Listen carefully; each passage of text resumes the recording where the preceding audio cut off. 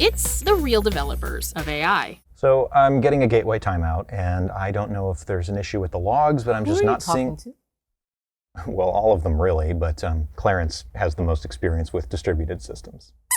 Okay, so anyways, Beth tells me you did a really great job with the research agent, and I just wanted to let you know that it's performing above target. So how about as the next step, we tweak some of the prompts based on user feedback from the sales team? Whatever, right? We can do that. That's fine. Okay, come on, what's going on, David? I don't know. I mean, PromptBert seems to take to the AI stuff pretty naturally, and I can see how it helps you as a team lead, a principal engineer. But I was a good engineer before AI. I took pride in my work. What am I supposed to do now that these non-deterministic AI models are in charge of production systems? We're not putting them in charge. We're using them as a resource. We still need you. In fact, you're more important now than ever. I mean, I don't know if that's true. No, I'm serious. You've always risen to our toughest challenges. Remember the night of 1,000 refunds?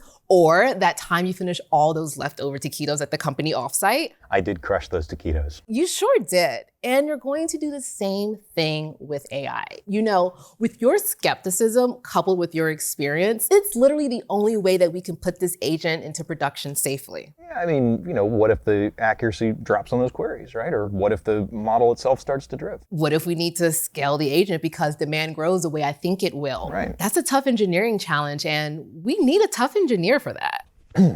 Thank you.